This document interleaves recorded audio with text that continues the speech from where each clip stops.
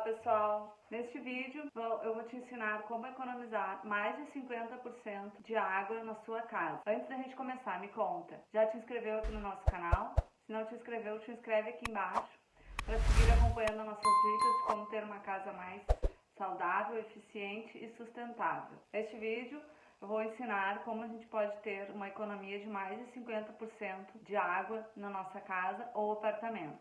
Assistindo a esse vídeo você vai aprender a escolher os produtos certos para comprar e economizar a água na sua casa.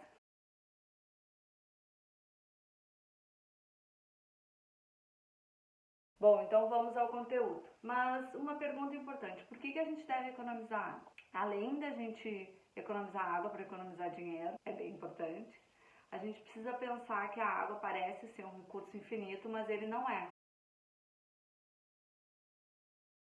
O nosso planeta é composto da maioria de água, porém, muito pouco dessa água, apenas 2% dessa água, é uma água que é possível ser potável sem grandes processos de salinização. Então, além da gente ajudar o meio ambiente e colaborar para a preservação do nosso planeta, a gente ainda economiza água. Para organizar melhor o conteúdo desse vídeo, eu dividi em dois tipos de água, águas internas e águas externas. Bom, águas internas, que será? Tcharam! A água que a gente utiliza no interior da nossa casa, através dos equipamentos torneiras, chuveiros, vasos e equipamentos de lavagem, como máquinas de lavar louça e máquinas de lavar roupa. Como a gente pode economizar a água do banheiro? A água do banheiro a gente pode economizar iniciando pela escolha correta dos produtos. Eu separei aqui ao lado alguns produtos da Docol que tem o selo LEED. LEED significa produtos certificados para gerar essa economia tanto para o nosso bolso quanto para o planeta. Esses equipamentos, como torneiras, chuveiros, eles possuem o selo LEED e eles geram uma economia gigante de água. Para vocês terem uma ideia, uma torneira comum consome 0,42 litros por segundo e uma torneira econômica, seja ela certificada ou não, ela consome 0,10 litros por segundo, que gera uma economia de 76% só nas torneiras. Essa água aqui a gente não deve economizar, vamos tomar água. Quando a gente vai comprar uma torneira, a gente tem que comprar torneiras que tenham esse arejador. Esse arejador é um produto que vai no final da torneira e ele mistura o ar com a água, ele areja a água, deixa ela mais soltinha, dando a mesma pressão, porém utilizando menos água, o que gera uma economia grande no consumo. Então, esses arejadores são os equipamentos que são importantíssimos para a gente ter essa economia. E aí a gente chega no final do dia querendo tomar aquele banho maravilhoso no chuveiro, com muita água, com muita pressão, né? E aí lá vai a água rala abaixo. Então, na hora de comprar o chuveiro, a gente tem que pensar muito bem o equipamento que a gente vai comprar, porque ele pode ser um dos grandes vilões da nossa conta de água, além da conta de luz, porque se a gente leva mais tempo no banho, porque a água não tem pressão, a gente também gasta mais luz ou mais gás, enfim, dependendo do sistema de aquecimento do seu chuveiro. Uma ducha comum gasta 0,34 litros por segundo. Já uma ducha com restritor de vazão gasta 0,13 litros por segundo. Então a gente tem mais uma economia de 62% nos chuveiros. Vamos somando.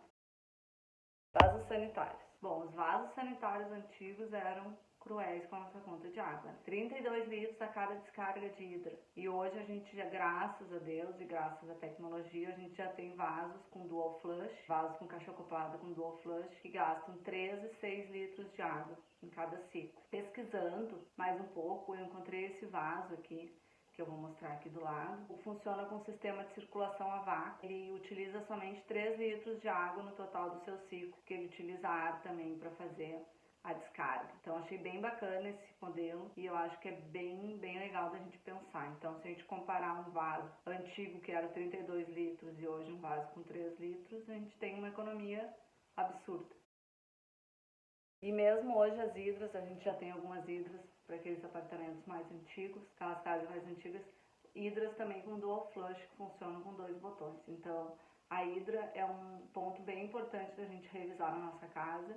Às vezes a gente tem hidras vazando e a gente nem se dá conta porque elas estão vazando por dentro. Então uma manutenção preventiva e um bom estudo para essas pequenas pequenos ajustes podem representar uma grande economia na nossa conta de água. Então, uma coisa bem importante da gente pensar bem é analisar os produtos e as especificações técnicas deles antes de comprar, porque às vezes a gente economiza ali, sei lá, R$100 numa torneira ou num vaso ou num chuveiro e depois a gente vai gastar muito mais ao longo de toda a vida útil da nossa casa. Esse é um dos princípios da sustentabilidade, a gente analisar primeiro os benefícios sociais, econômicos e ambientais para depois a gente poder escolher com clareza e com segurança aqueles produtos que serão mais sustentáveis e que vão nos gerar uma economia. É importante a gente buscar produtos WaterSense, aqui no Brasil a gente já tem alguns, então a gente pode sempre observar, porque esses produtos são certificados com o selo de economia de água, significa que eles são produtos que geram uma economia e uma redução no consumo de água.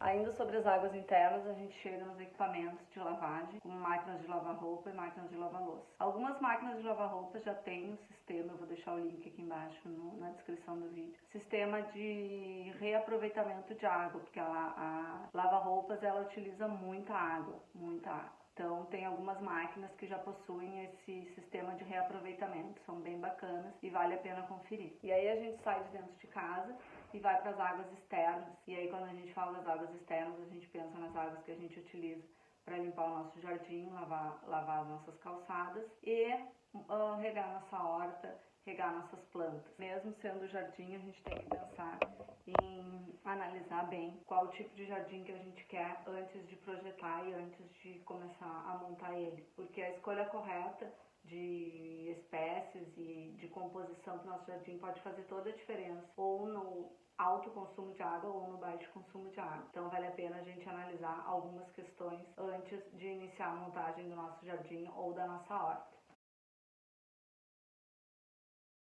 Primeira coisa que a gente tem que pensar é no clima e no sombreamento que nós temos no nosso pátio. Aproveitar as áreas mais sombreadas para plantas que necessitam de mais água e as áreas mais ensolaradas para outros tipos de espécies. Outra dica muito importante também é a gente utilizar espécies nativas para compor o nosso jardim. Por que nativas? Porque elas já são nativas da região, já estão adaptadas ao clima e às temperaturas. Significa que elas vão precisar de menos água e de menos cuidados, porque elas já estão adaptadas à nossa região. Aqui na nossa casa, a gente tem uma parte do jardim montamos com um sharing-scape, que quer dizer um jardim que necessita de muito pouca ou nada de irrigação. E realmente, aqui funciona super bem, porque a gente praticamente não molha ele, só assim quando é tipo no verão choveu há 2 meses e daí a gente precisa molhar, senão ele não necessita de água.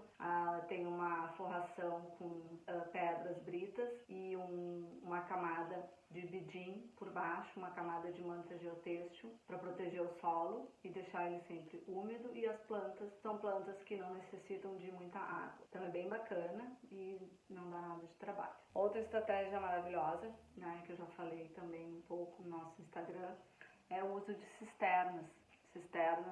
Hoje a gente tem muitas cisternas de fácil instalação, que a gente pode utilizar essa água por gravidade, sem precisar de motores, para molhar o jardim, para utilizar na horta e para limpar o pátio. Então a gente tem uma economia de 100% de água externa quando a gente tem cisternas. Aqui em casa a gente já montou 2, uma no telhado da frente e uma no telhado de trás, e vale muito a pena. A gente teve uma economia bem significativa já nesses meses que a gente está utilizando. Então, fazendo um cálculo rápido aqui, pelos meus cálculos a gente economizou bem mais do que 50% de água, com um bom planejamento, um bom estudo e um bom projeto pensado antes para a gente poder economizar depois. Espero que vocês tenham gostado desse vídeo. Muito obrigado por terem ficado comigo até o final. Comente aqui embaixo qual dica você achou mais bacana. Quero saber. Se não te inscreveu ainda aqui no nosso canal, te inscreve, ativa o sininho para receber as nossas notificações de mais vídeos. Até mais!